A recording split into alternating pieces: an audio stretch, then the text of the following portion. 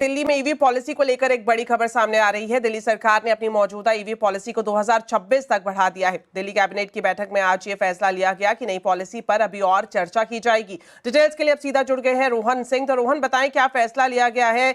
अगर जो नई ईवी पॉलिसी की बात करें तो कब तक अब लागू होती हुई दिखाई दे सकती है राजधानी दिल्ली में?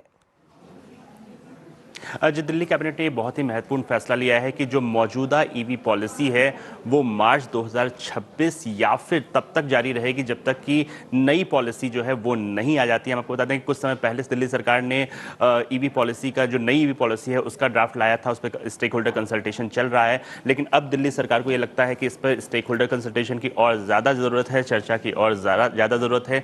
कई सारे मुद्दों पर अभी भी स्टेक होल्डर्स में एक राय नहीं है, तो जब तक ये एक राय नहीं बन जाती है तब तक जो पुरानी पॉलिसी है वो जारी रहेगी। ये दिल्ली कैबिनेट में इस बात का फैसला किया गया है। जो नई पॉलिसी बन रही थी उसमें 2027 तक 95% जो नए रजिस्ट्रेशन है टू व्हीलर थ्री व्हीलर में उसे पूरी तरह से ईवी करने की बात थी, साथ ही इंसेंटिव्स की भी बात थी। लेकिन कई सारे ऐसे मुद्दे हैं, खासतौर पे सीएनजी ऑटो का क्या होगा, या जो जिस तरीके से उन्होंने टाइमलाइन रखा है क्या उसको रिलैक्स करने की ज़रूरत है, इस पर अभी भी चर्चा की ज़रूरत है। इस पर अलग अलग स्टेक होल्डर्स बात कर रहे थे। इसलिए अब दिल्ली सरकार ने यह फैसला किया है कि जब तक ये सभी एक राय नहीं हो जाते हैं सारे स्टेक होल्डर्स, तब तक जो है पुरानी पॉलिसी जारी रहेगी। तो या तो 2026 मार्च तक या उससे पहले जब तक सहमति नहीं बन जाती है पुरानी पॉलिसी जारी रहेगी।